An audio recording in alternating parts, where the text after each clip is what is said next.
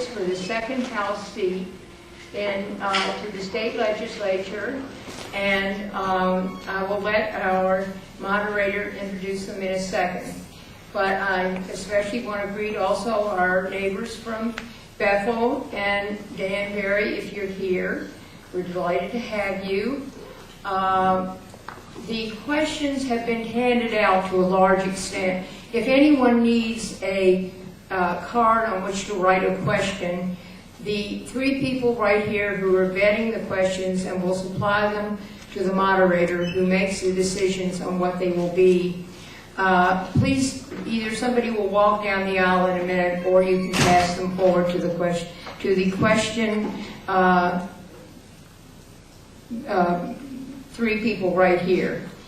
Now, I just wanted to say that the League of Women Voters is a nonpartisan organization, and we're dedicated to voting and to encouraging voter participation and education. We never take a position on a candidate in an election. We do, however, take a position on issues after careful study, and we have taken a position on the two questions that the voters on November 4th will face on the Connecticut ballot. And I have lots of copies back here on the table that the League has, and I hope and encourage you to pick them up and take them with you. We are asking voters to say no to a constitutional convention, which will be the first question on the ballot. And then we're asking voters to say yes on the second question on the ballot, which asks whether someone who turns 18 on election day should be permitted to vote in the primaries before they do. So, as I say, I hope you educate yourself on this issue and pick up a pamphlet. Now, I'd like to introduce our moderator, who is Charlotte Garrell. She is an experienced moderator and has served in that capacity for many years for the League of Women Voters of Connecticut. She is a past president of the Fairfield League, which is where she lives, and has been on the board of the State League. She will explain to you all the ground rules of the debate that is coming up. And yes, I want to also welcome Melanie O'Brien and Jason Bartlett, our two candidates. Thank you.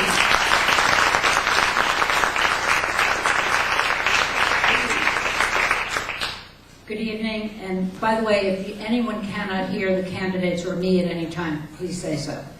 And welcome to this evening's debate by the candidates for the 2nd House District in the Connecticut General Assembly. There have been many questions about the format we're using, both by the candidates and the audience. It's a format we're using this evening is called cumulative time. I have used it many times, and I feel that it works well. It is designed to allow the candidates time to discuss the issues. The only rule is that the total time used by each candidate by the conclusion of the debate be approximately the same. I will pose questions which have been submitted by members of the audience, and we have quite a few very good questions.